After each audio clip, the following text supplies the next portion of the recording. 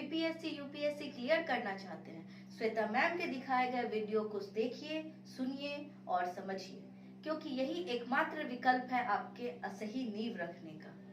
हाय guys, मैं Shweta ma'am and welcome back to the RV classes 30। आज मैं अपने व्यूअर्स के लिए, अपने स्टूडेंट्स लोगों के लिए एक नए चैप्टर के साथ आई हूँ जिसका नाम है आखेटक खाद्य संग्रह से भोजन उत्पादन करता। ये हमारा आज का लेसन है, आखेटक खाद्य संग्रह से लेकर भोजन उत्पादन करता था। सबसे पहले हम जानेंगे आखेटक क्या थे। आखेटक जो शिकारी को कहा जाता है, जो शिकार करते थे, उन्हें आखेटक कहा जाता है। खाद्य संग्रह, खाद्य संग्रह क्या होता है? खाद्य संग्रह जो भोजन का संग्रह करते हैं, यानी कि कभी ऐसी सिचुएशन आ जाती है, उनके सामने आ जाती होगी, उनके सामने वो भोजन के लिए नहीं जा सकते थे या भोजन नहीं मिल पाता था, उस समय के लिए वो क्या करते थे, अपने भोजन को संग्रह करके रखते थे, क्योंकि विपत्ति के टाइम में वो उनके काम आ सके। अब इसके बाद आता है भोजन उत्पादन। भोजन उत्पादन यानी कि कृषि, यानी कि वो शिकारी से लेकर अपने कृषि तक का जीवन किस प्रकार से उनका परिवर्तन हुआ, किस प्रकार से उनका विकास हुआ, ये सारी चीजों को हम इस चैप्टर में जानेंगे। तो इसमें जानने योग्य बातें क्या क्या आएंगी आपकी? आरंभिक मानव इधर उधर क्यों घूमते थे? सबसे पहला टॉपिक हम ये आज का कवर करेंगे कि आरंभिक मानव भोजन की तलाश में इधर उधर क्यों घूमते थे। दूसरा, आरंभिक मानव की जानकारी के स्रोत कौन कौन से हैं। तीसरा, वे कहाँ रहा करते थे। चौथा, आग की खोज ने उनके जीवन को किस प्रकार प्रभावित किया। पांचवा, नाम और तिथियां किस प्रकार से निर्धारित की गई उस समय के काल की। छठा, खेती और पशुपालन की शुरुआत कैसे हुई। और सातवां, कि खेती और पशुपालन ने नए जीवन शैली को किस प्रकार से जन्म दिया। इन सातों तत्वों की जानकारी आपको इस वीडियो में मिलेगी। इसके लिए आपको इस वीडियो को लास्ट तक देखना बहुत जरूरी है। अब हम अपने पहले टॉपिक के पास आते हैं, प्रारंभिक मानव इधर उधर क्यों घूमते थे। सबसे पहला इसका आंसर यही है, प्रारंभिक मानव इधर उधर इसलिए घूमते थे क्योंकि उन्हें भोजन की तलाश हुआ करती थी। भोजन जो हमारे सब सारे लोगों के जीवन में एक अहम स्थान रखता है, उस समय का प्रारंभिक मानव भी भोजन की तलाश में इधर उधर घूमते थे। इसके अलावा बहुत सी सारी चीजें हैं जो उन्हें घूमने के लिए विवश कर सकती थी। कौन कौन सी चीजें? सबसे पहले तो जहां वो रहते थे आसपास के, वहां पर अनाज उनको मिलने के बावजूद वो अनाज खत्म भी हो सकता था। वो फल, वो सब्जी, वो कंद मूल, वो शिकार खत्म हो सकते थे। इसलिए वो खत्म हो जाने की वजह से वो एक जगह से दूसरी जगह प्रस्थान करना शुरू करे। दूसरा, जिस शिकार को वो मारकर खाते थे, वो शिकार अपने शिकार को ढूंढने के लिए इधर से उधर जाते थे। अगर मानो कि वो बाघ का शिकार कर रहे हैं या शेर का शिकार कर रहे हैं, तो वो अपने शिकार को ढूंढने के लिए एक जगह से दूसरी जगह जाएंगे। तो अब वो आखेटक क्या करते थे, प्रारंभिक मानव क्या करते थे, अब उनकी तलाश में वो दूसरी जगह जाना शुरू कर दिए। तो ये दूसरा रीजन हो सकता है कि शिकारी शिकार के तलाश में और शिकार अपने शिकार की तलाश में इधर उधर जाते थे। तीसरा रीजन हमने ये जाना कि अगर जल अगर नहीं हो तो क्या हम लोग जी पाएंगे? नहीं। किसी वजह से अगर सुखाड़ हो जाए, किसी वजह से अगर बारिश ना हो, तो जंगली जानवर या आदमी क्या करते हैं? पानी की तलाश में इधर से उधर जाते हैं। तो ये रीजन भी उन्हें इधर उधर घूमने पर मजबूर किया। और चौथा रीजन यह होता है कि हम लोग सभी जानते हैं कि मौसमों के आधार पर फलों का उत्पत्ति होती है, फूलों की उत्पत्ति होती है। जब एक सीजन खत्म हो जाता है तो वो फल के लिए हमको वहां जाना पड़ेगा जहां वो सीजन होगा, जहां वो ऋतु रहेगी, वहां पर हमें जाना होगा। तो ये भी एक रीजन हो सकता है प्रारंभिक मानव के इधर से उधर भ्रमण करने का। अब हमारा नेक्स्ट टॉपिक आता है आरंभिक मानव की जानकारी के स्रोत। आरंभिक मानव की जानकारी के स्रोत क्या क्या थे? आरंभिक मानव, जैसे कि मैंने अपने प्रीवियस क्लास में भी पढ़ाया था कि नदियों के किनारे वो बसना शुरू किए। तो नदियों के किनारे जब वो बसना शुरू किए थे तो उनके साथ उनकी बहुत सी सारी चीजें जो थी वो रही थी, जैसे कि वस्तुएं, उनके वस्त्र, उनके औजार, उनके अस्त्र शस्त्र, ये सारी चीजें। तो उत्खननकर्ता जो होते हैं वो वैसे ही पुरातन स्थलों पर जाते हैं जहां से उनसे रिलेटेड कोई सामान उन्हें मिल जाती है। तो वही जो वस्तुएं होती हैं वो प्रारंभिक मानव की जानकारी के स्रोत होते हैं। उसके आधार पर हम लोग ये एक अनुमान लगाते हैं या एक अंदाजा देते हैं कि उस समय का प्रारंभिक मानव किस प्रकार की जिंदगी जीता था, किस प्रकार के वस्त्र पहनता था, किस प्रकार के भोजन करता था, संग्रहण करने के लिए, भोजन को संग्रह करने के लिए वो कहाँ कहाँ पर संग्रह करता था, किस बर्तनों में संग्रह करता था, भोजन खाता था तो किस जगह से खाता था, क्या खाता था। तो ये सारी जानकारियां जो होती है हमें पुरातन स्थल से प्राप्त होती है। अर्थात आरंभिक मानव के जानकारी के स्रोत कौन कौन से होंगे? उनके मृत भांड होते हैं, उनके द्वारा बनाई गई मूर्तियां होती हैं, उनके द्वारा उत्खनन में पाई गई वस्त्र होते हैं, हड्डी होते हैं, औजार होते हैं, उनके आभूषण होते हैं, उनके द्वारा बनाई गई फसलों के जो अलग अलग किस्में पता चलती है, उस समय के पशु पक्षियों के हड्डियों से मालूम चलता है, उनकी हड्डियों से पता चलता है कि उस समय का समाज किस तरह का था और वो क्या क्या करा करते थे। अब हमारा तीसरा टॉपिक है कि वे कहाँ रहते थे। गाइस, ये जो क्वेश्चन है ये हमारे यूपीएससी और बीपीएससी के पर्पज से बहुत ज़्यादा इम्पोर्टेंट है। ये अक्सर एग्जामिनेशन में पूछा गया है कि उनके पुरातात्विकविदों द्वारा, उत्खननकर्ताओं द्वारा कौन कौन से नगरों और जगहों की खोज की गई। तो इसका एक नोट्स मैं बनाकर आपके सामने यहाँ रखी हूँ, जो आप लोगों के लिए बहुत इंपॉर्टेंट है। आप लोगों को इसको नोट करना बहुत जरूरी है।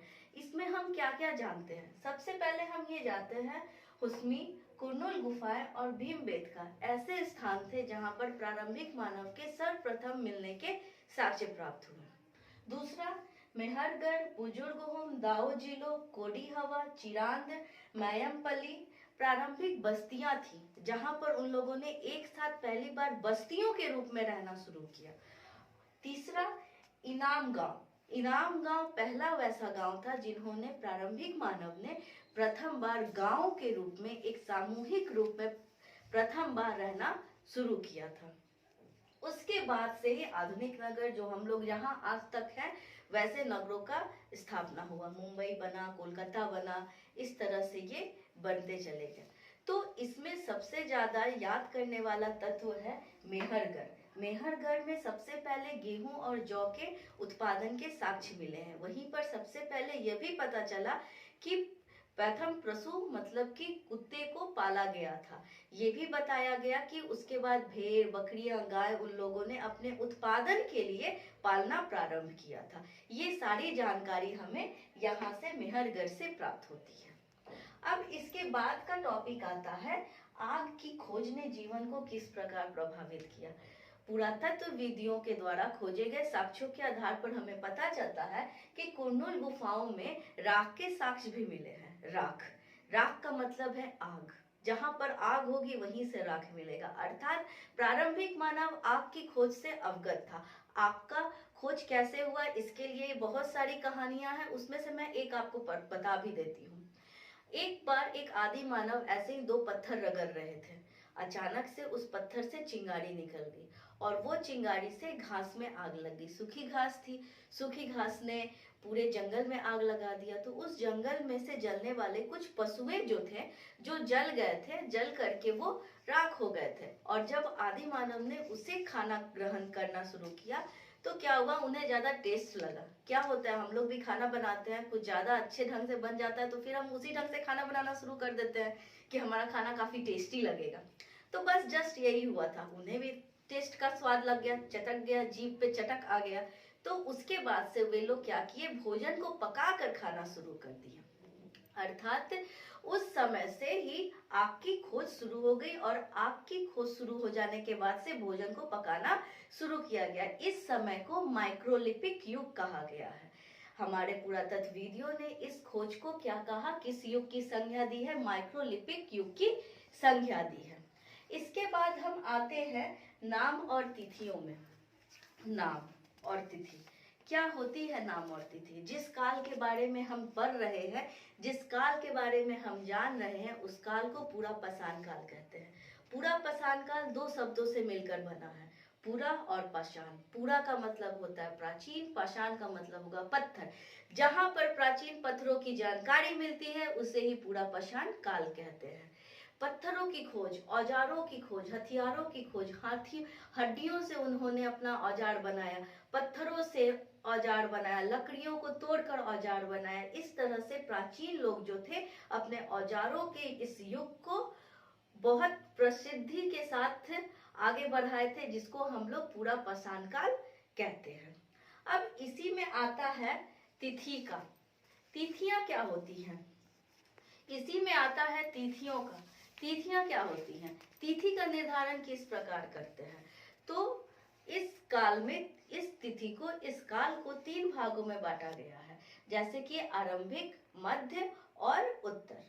आरंभिक काल और उत्तर काल और मध्य काल, इन 3 भागों में इस तिथि को बांटा गया है। और आपको जानकर आश्चर्य होगा कि इतिहासकारों ने इसी युग में बताया है कि मानव सभ्यता की 99% घटनाएं जो है बस इसी युग में घटित हुई थी। यानी कि यही 3 युग, आरंभिक, मध्य और उत्तर, ये तीनों युग में ही मानव इतिहास की 99% जो घटनाएं थे, 99% जो घटनाएं थी इसी युग में घटित हुई हैं। इस काल में हमें पता चलता है कि यहाँ पर पर्यावरणीय बहुत सारे घटनाएं घटित हुई, मतलब कि पर्यावरण का बहुत ज्यादा घटना घटित हुआ, यानी कि मौसम में बदलाव, भूकंप, सुखाड़, ये सारी चीजें हुई।